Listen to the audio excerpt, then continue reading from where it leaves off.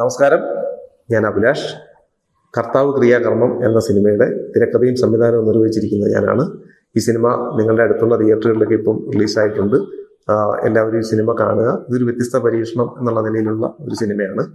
ഒരു വ്യക്തിയുടെ ജീവിതത്തിലെ 5 ഘട്ടങ്ങളിലൂടെ കടന്നു പോകുന്ന ഒരു സിനിമയാണിത്.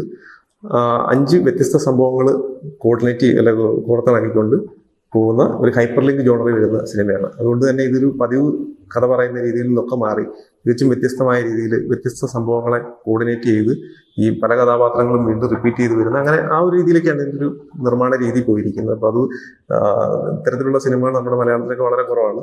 അപ്പോൾ അതുകൊണ്ട് തന്നെ ഇത് തീർച്ചയായിട്ടും നിങ്ങൾക്കൊരു വ്യത്യസ്തമായിട്ടുള്ളൊരു അനുഭവം ആയിരിക്കും ഈ സിനിമ. അതുകൊണ്ട് എല്ലാവരും ഈ സിനിമ തിയേറ്ററിൽ പോയി കാണുക. ഇതെൻ്റെ 3ാമത്തെ സിനിമയാണ്.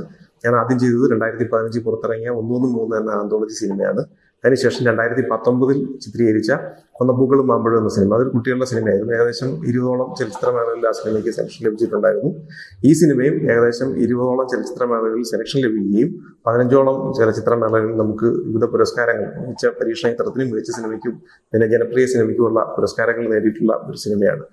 തീർച്ചയായും നിങ്ങളെ സംബന്ധിച്ച് ഇതൊരു നല്ലൊരു തിയേറ്റർ എക്സ്പീരിയൻസ് ആയിരിക്കുമെന്ന് എനിക്ക് ഉറപ്പുതരാൻ കഴിയും. അതുകൊണ്ട് തീർച്ചയായും നിങ്ങൾ ഈ സിനിമ കാണുക, ഞങ്ങളെ സപ്പോർട്ട് ചെയ്യുക.